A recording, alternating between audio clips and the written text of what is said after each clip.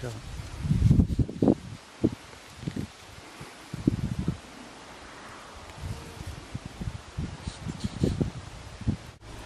Right, welcome to the IKEA flat-pack Roundhouse.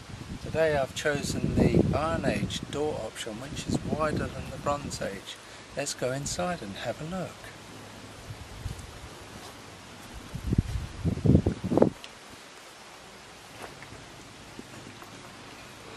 The Roundhouse is made of 8 sheets of plywood joined together with wooden panels. They're 8x4 sheets of 12mm ply. They're bolted with joiners, so if you pan round and have a look. That's it. Into a long strip, and then they're bent round to join the door frame. The door frame is made out of ash. It's quite strong. And because you've bent a strip of wood round, it creates a tension band so it stays rigid. Because of the height of humans sitting on hay bales, we've had to add a 6-inch extension to the height to lift it up. So I'll show you this.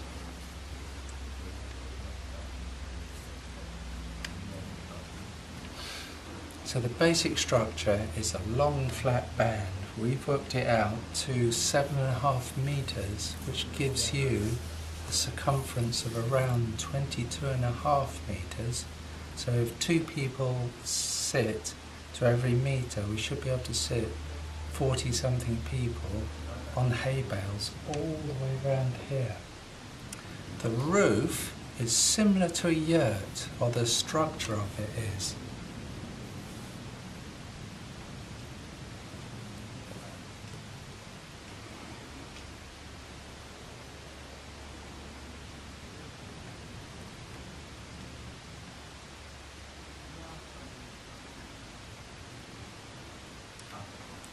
When I originally built this, I used roofing batten because it's cheap and affordable and easy to get hold of.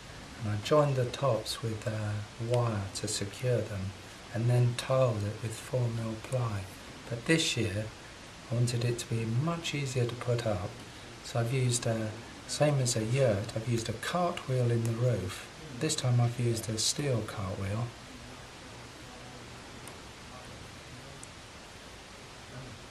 And I've used ash poles that slot into the tubular structure at the top there. That was really quick to put up. I think 2 of us put it up in about 3 hours to get all the roof members on. To cover it, I've used 4mm ply. It's nice and light. It will bend to the curve of the roof. And I start at the bottom with 2-foot by 4-foot panels, and then go up about 2 rows, and then I go down to 1-foot by 2-foot panels.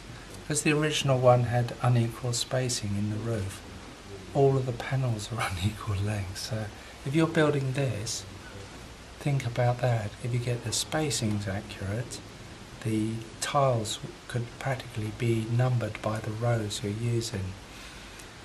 I've also added a window in the entrance,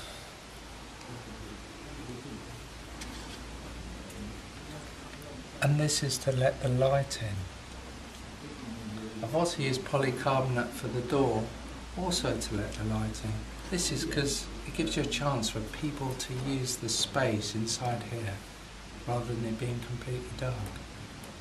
Realistically, you could cover a large area using this polycarbonate plastic. You could use a thinner grade of plastic, like a greenhouse polycarbonate.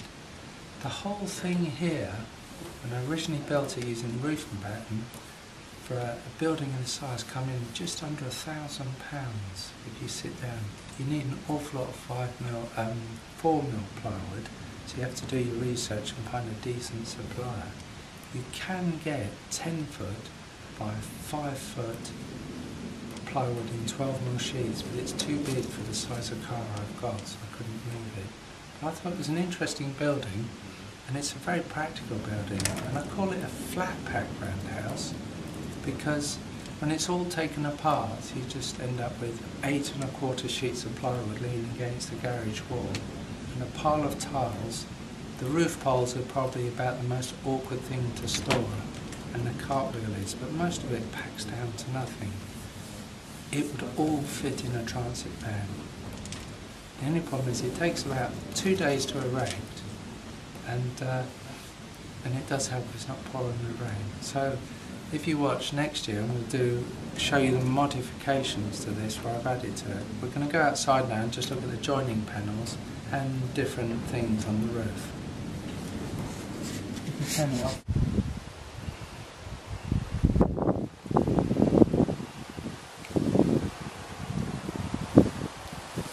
Right, we're on the outside now and I'm showing you. This is the roof timbers where they come out. Realistically, the further out the roof comes, the less problem you've got with rain going under the edge of the plywood. And you can also see on the wall here, you can see the joining plate. I've used I think it's an 8mm bolt on each side. I've used the same 12mm ply to join it, and I've used this to anchor the roof tension onto the side of the wall. What happens is the band forms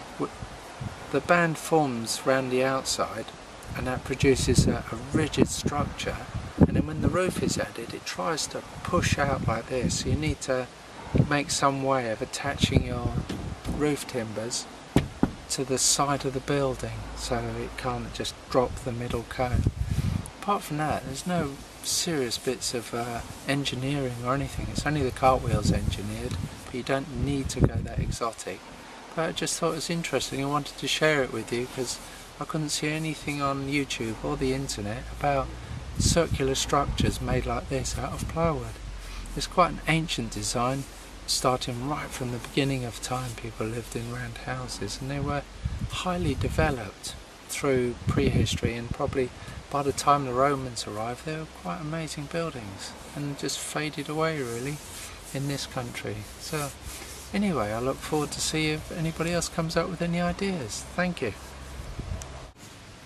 One of the important modifications I possibly would suggest is when you build your entrance, make it a little bit higher. I chose this height because it's the Iron Age option, but maybe you should choose a slightly higher option from the IKEA catalogue.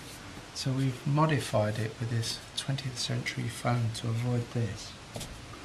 So I hope that helps. An interesting problem was trying to have fire in here, because I'm used to roundhouses which have thatched roofs, and the smoke will go up through the thatch and the smoke will pass away without any problem.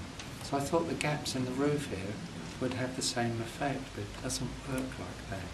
So we tried all different options, small fires, having bigger and bigger holes in the roof, which kind of helped, but you didn't actually get warm.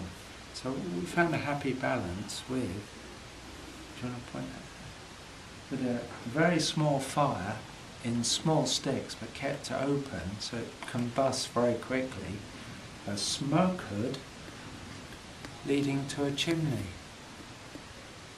You still need some ventilation in the roof to let the secondary smoke out, so we've been experimenting with sizes, but it seemed to work. We seemed to get quite a nice effect. So with the door closed and the right amount of fire in small sticks was most efficient, we actually got very warm in here, had plenty of light by raising the fire bowl up so the light was coming out horizontally, and it worked fantastically. So the next thing we need to do next year is have a cowling on the chimney that will turn to favour which direction the wind's blowing to help draw the smoke out. But really it worked fantastic. So the structure is fairly windproof, and we had a problem that we still needed to let air come in for the fire to burn, so we've got the gaps over the door frame to let the air in, because it's not where somebody would sit, so it helps. Everywhere else we've packed stuff in to seal it.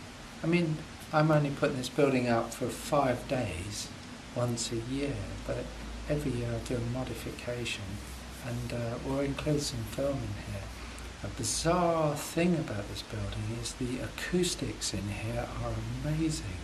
It's almost like the Whispering Tower or the Whispering Gallery in St Paul's Cathedral, because you've got the parabolic shape of these wooden boards. They reflect the sound out, so when the bands play or the storytellers talk, you don't need amplification, and it gets quite loud in here.